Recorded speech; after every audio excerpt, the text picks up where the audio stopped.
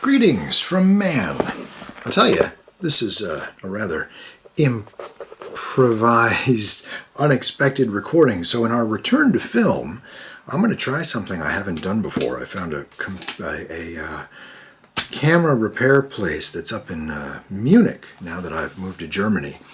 This was the Pentax IQZoom 140, and it was super smart. And every once in a while, I imagine that some of these would develop an error code, which you could see on the top. I used the internet to find out what the error code was. And this Zoom, this IQZoom 140, would go back and forth. And over the time of its lifespan, it's probably gone, out and in 200, 300, 400 times, probably a lot more than that. And there is a ribbon that goes out and then comes back in each time it telescopes. That ribbon of wires can break, and that is what the error code related to. So I'm hoping that these people in Munich can resolve that, because taking apart even a pre-digital camera, which was a digital film camera, millions of wires. This is one of the last generations of film cameras. Look at the amount of sensors this thing has. I mean, this was daunting in its time. All sorts of interesting features. It was dealing with the very beginning of digital cameras and the whole possibility of megapixels increasing and better lens quality. This thing's really worth looking into if they can repair. And I have another thing now that I'm back in Germany. I don't know.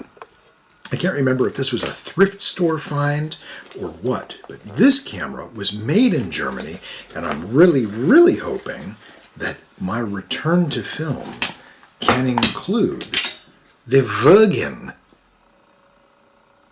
EDIXA Stereo.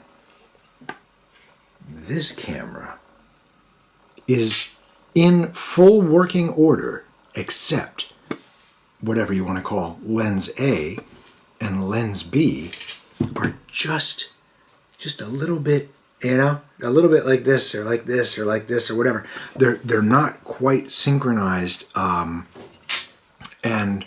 again, oh, this thing is so clean. It's so amazing. I should probably include some beauty shots. But it takes 35mm film, and then it's got, for lens B and lens A, it's got this. I could advance this a little bit with the little sprocket wheel down here. Oh, if I haven't already. There. It would pull the film and it would go there until it stops. I have it on a bulb setting right now, and the shutter button, the shutter release, is this very sort of nondescript metal shape up top. But both of them, wait for that focus, both of them open up just fine.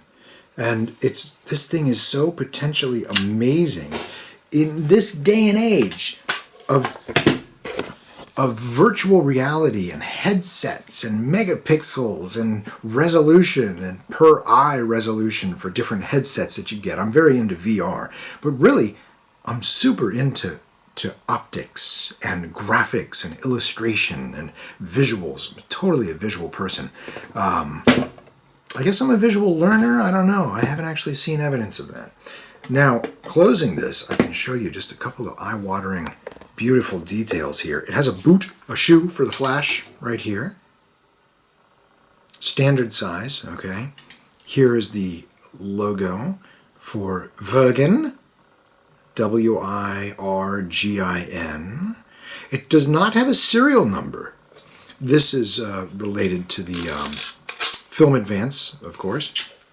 To open it, there is no button on the bottom. If you are familiar with the 35mm cameras like the Pentax K1000, there's a tripod stand, which is unfortunate that it's located under the just one of the lenses. Instead of being centered, it would pivot very strangely.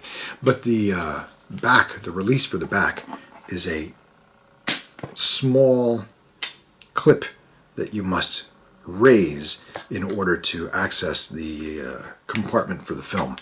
Now, I can lower that and it's secure. So here is the deal with this. This will adjust your focus, and your distance is laid out for you along the top center. Both lenses come and go when this happens. I mean, isn't this like a cyborg-looking camera? This thing's so old. It's so amazing. I've looked it up on the internet, and it's pretty fantastic. What else? Over on this side, it calibrates to the shutter speed, which is this dial around the right-hand lens. You can hear it adjusting a physical timer. And then on here, on this dial, outside the left-hand lens, is, come on, you're into film, you know what this is. 16, 11, 8, 5, 6, 4, 3, 6. That's it. F-stop. 3.6? Yeah, 3.5. And this is just so neat. And the film advance for rewinding the film. There's one mysterious bit right here